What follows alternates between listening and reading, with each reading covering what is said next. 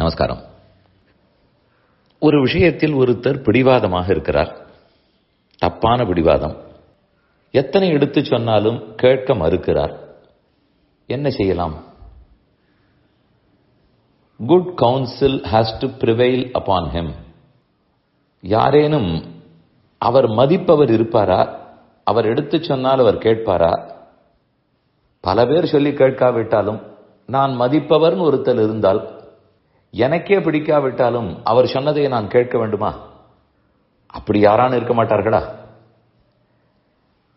அதனால் ஒருத்தர் பிடிவாதம் பிடிக்கும்போது இவர் யாரை மதிப்பார், யார் சொன்னால் கேட்பார் என்று தேடுவோம். அப்படி தேடி கண்டுபிடித்தவர் இவரால் மதிக்கப்படுபவராக இருக்கலாம். ஆனால் அவருக்கு நல்லது சொல்ல தெரிய வேண்டுமே. சரி, சொல்கிறார்னு கொள்வோம். அவர் சொன்னதை இவர் கேட்க வேண்டும். எத்தனையோ ஒரு பெரியவர் எடுத்து சொல்லியும் கேட்காமல் போனவர்களும் உளர். எடுத்து சொல்லி கேட்டவர்களும் இருக்கிறார்கள். இந்த இடத்தில் தான் ஒன்றை புரிந்து கொள்ள வேண்டும். கைகேயி பிடிவாதம் பிடித்தாள். ராமன் காட்டுக்கு போக வேண்டும், பரதனுக்கு பட்டம். தசரதன் கேட்டு பார்த்தார். பலரும் மன்றாடினர், யார் சொல்லியும் கேட்கவில்லை. வசிஷ்டர் அவர்கள் குலத்துக்கே குரு, குலகுரு. அவர் கூட எடுத்து சொல்லி பார்த்தார். அப்பேற்பட்டவர் ஒரு பிரம்ம ரிஷி சொல்லியும் அவள் கேட்கவில்லை. மக்களை பார்த்து கேட்டிருக்கலாம், கணவனை பார்த்து கேட்டிருக்கலாம், யார் சொல்லியும் கேட்கவில்லை. வசிஷ்டர் சொல்லியும் கேட்கவில்லை. அதே போல் எத்தனையோ எடுத்து சொல்லியும் ராவணனும் கேட்கவில்லை. மால்யவானே சொன்னார், விபீஷணன் எடுத்து சொன்னார், பலர் சொல்லியும் கேட்கவில்லை. உடனே வசிஷ்டருக்கு சொல்ல தெரியவில்லை என்று சொல்லுவோமா? அல்லது கைகேயி பிடிவாதம் கேட்க மறுத்தாள் என்று நொந்து கொள்வோமா? யாருமே வசிஷ்டருக்கு சொல்ல தெரியவில்லைன்னு சொல்ல மாட்டார்கள். அவர் ஆந்தனையும் சொல்லி பார்த்தார். கேட்பவர்கள் கேட்டால் தானே. அவள் பிடிவாதம் அவள் மறுத்து விட்டாள்.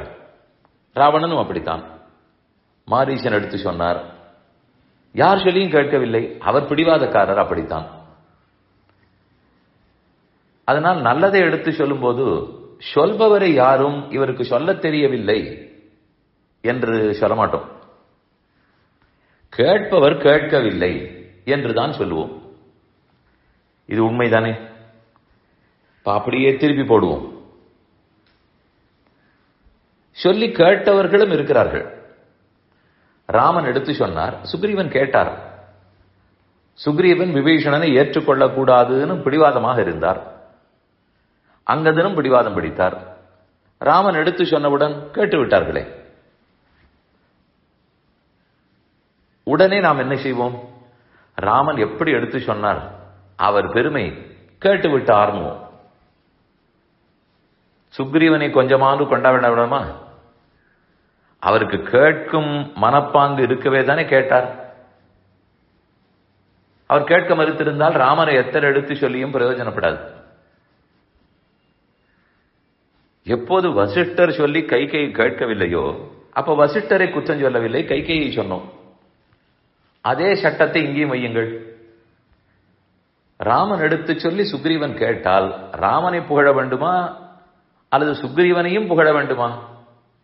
ராமன் நல்லதாக எடுத்து சொன்னார், அது இருக்கட்டும். சுக்ரீவனை சமமாக, ஏன் ஒருபடி கூடவே புகழ வேண்டும். பிடிவாதமாக இருந்தாலும் சொன்னவுடன் மனத்தை மாற்றிக்கொண்டு நியாயத்தை சொல்லுகிறார்கள், கேட்போம் என்று கேட்டாரா இல்லையா? கேட்டவனை கொண்டாட வேண்டும். ஏனெனில் ஏற்கனவே கேட்காதவனைத்தான் குற்றம் சொன்னோம்.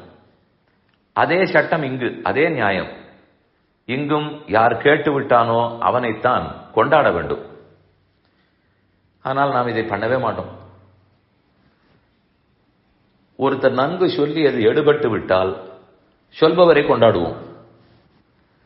ஒருத்தர் எத்தனை சொல்லியும் எடுபடாவிட்டால் சொல்பவரை குற்றம் சொல்ல மாட்டார்கள். அவர் சொன்னதை சொன்னார், கேட்கவன் கேட்காவிட்டால் என்ன செய்ய என்று முடித்து விடுவோம். எதற்கு சொல்ல வந்தேன் என்றால், நம் வீட்டிலே கூட ஒரு விஷயத்தை ஒருத்தர் பிடிவாதம் பிடித்து நாம் எடுத்து சொல்லுகிறோம். அவர் கேட்டு விட்டார்னு வைத்துக் கொள்வோம். அப்புறம் அவரையும் கொண்டாட வேண்டும், பாராட்ட வேண்டும்.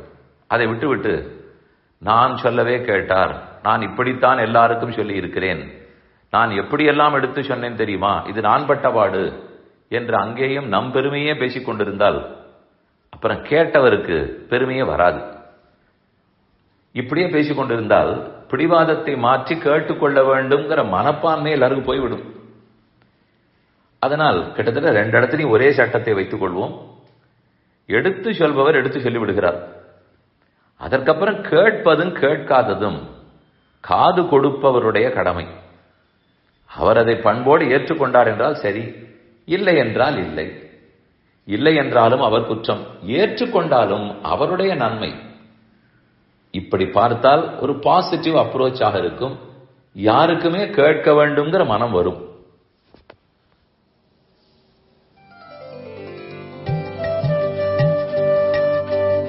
இந்த என் பணி ஆடியோவை உங்களுக்காக வழங்கியவர் வேலுக்குடி ஸ்ரீ கிருஷ்ணன் சுவாமி.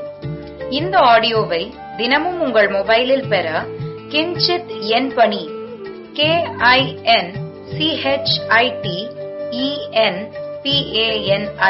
என்ற ஆப்பை கூகுள் பிளே ஸ்டோரிலோ அல்லது ஆப்பிள் ஐஸ்டோரிலோ டவுன்லோட் செய்து கொள்ளவும். தினந்தோறும் இது போன்ற உபன்யாசங்களை கேட்டு மகிழவும்.